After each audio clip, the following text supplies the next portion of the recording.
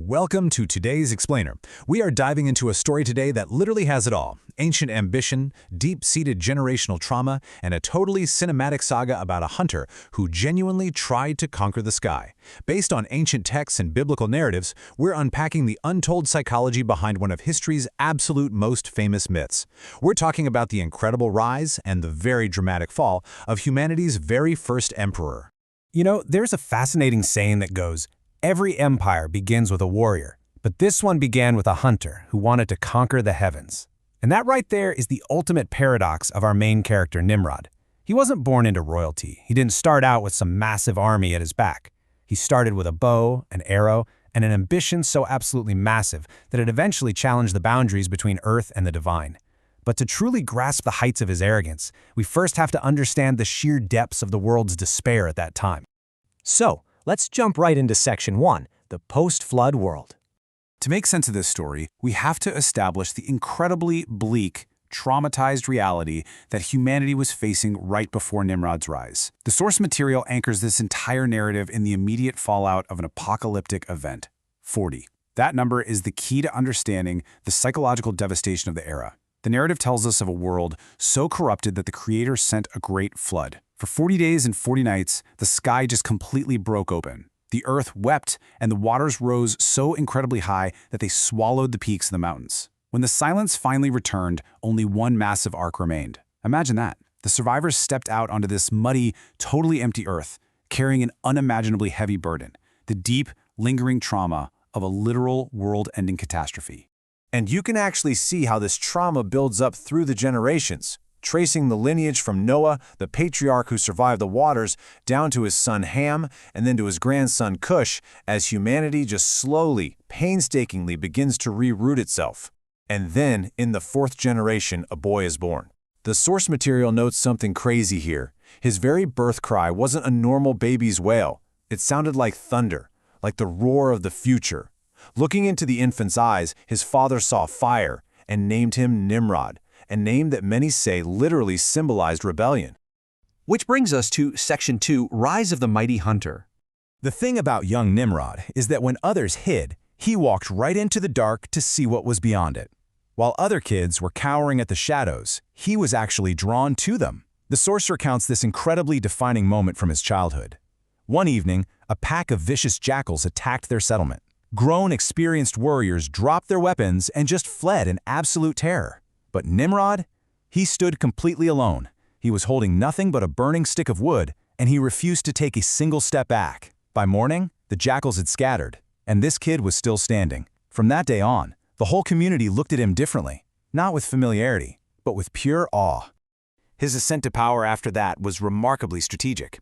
It's basically a three-step playbook. Step 1. He defeated a legendary man-eating lion that had devoured countless other hunters, bringing the beast right to its knees. Step 2, he looked around and realized humanity was fractured into these weak, isolated little tribes, so he began uniting them. And Step 3, he taught these scattered people a totally new philosophy. He told them that a lone hunter is weak, but those who hunt together, they're invincible. He transformed mere day-to-day survival into a shared, unified purpose. And that massive shift in mindset sparks Section 3, Building the First Empire. So now he's transitioning from a mighty hunter out in the wild to a visionary leader of men. Nimrod starts searching for a permanent stronghold where humanity could finally feel secure, and this journey leads him to the valley of Shinar. The source describes this place as just breathtaking. It's flanked by two massive rivers acting as lifelines, with soil so fertile that seeds basically seem to sprout the exact moment they hit the dirt. It was here that Nimrod stopped wandering and started building. He rapidly constructed humanity's first massive cities, Babel, then Erech, Akkad with its towering walls, and Calneh, which became the hub of trade. Mud was turned to brick, walls were raised, and those scattered tribes were completely forged into a single massive family. Nimrod officially establishes himself as the very first emperor in human history. But okay, here is the profound psychological paradox at the very heart of our story. Publicly, sure, he was this fearless uniter of men. He's the emperor whose single command could echo across borders, the guy who brought lions to heel. But internally, in the dead of night, looking up at the stars, he was secretly terrified. That ancestral trauma of the Great Flood completely haunted him. He was literally kept awake by this paralyzing thought. What if the waters returned? Will my empire, my name, my whole legacy just be washed away again? That hidden terror paves the way for Section 4, the Tower to Heaven. This is exactly where that unhealed trauma mutates into the ultimate hubris. You really have to ask yourself, what happens when a man tries to conquer the sky just to escape his past? Nimrod calls in all his advisors, his architects, his generals, and he lays out an absolutely unprecedented plan. He declares they are going to build a tower. Not just a tall building, but a structure so impossibly high that its peak will literally pierce the clouds. And his logic? It was purely rooted in survival. He figured if they build high enough, no floodwaters could ever possibly reach them.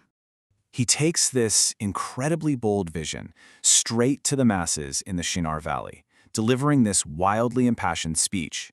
He tells them, "I will make a place where no wave of destruction can reach. Do not call it impossible."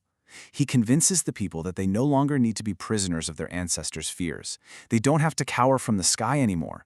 The source describes this massive frenzy of unified energy. Farmers, warriors, everyone working together.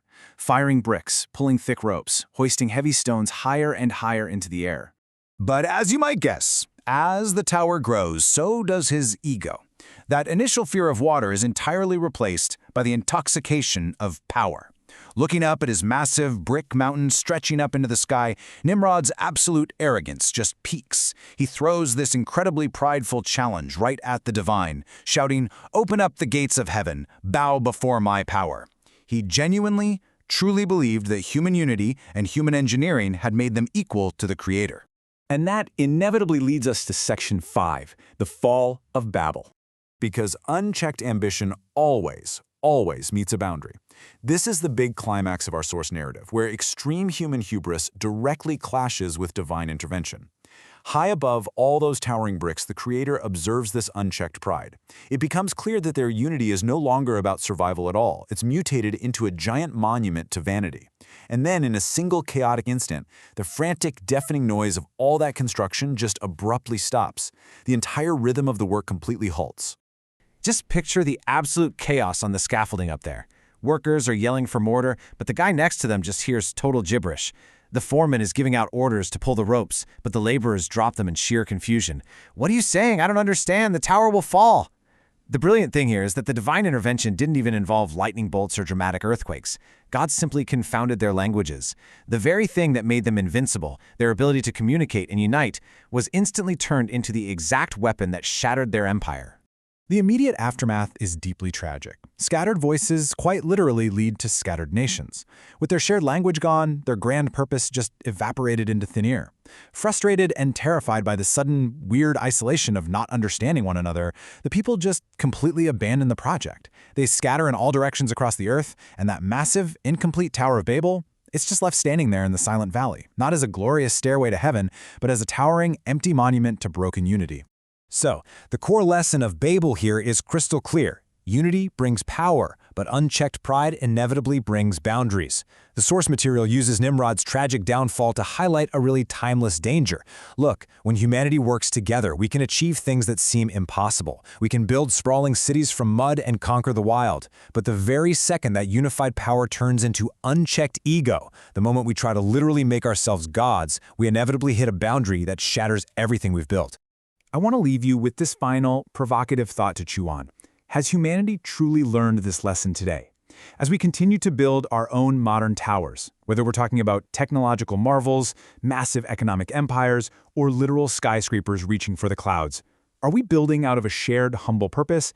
Or are we, kind of like Nimrod, still secretly just trying to outrun our deep fears and conquer the sky out of pure ego? Thank you so much for joining me for this explainer, and I'll catch you in the next one.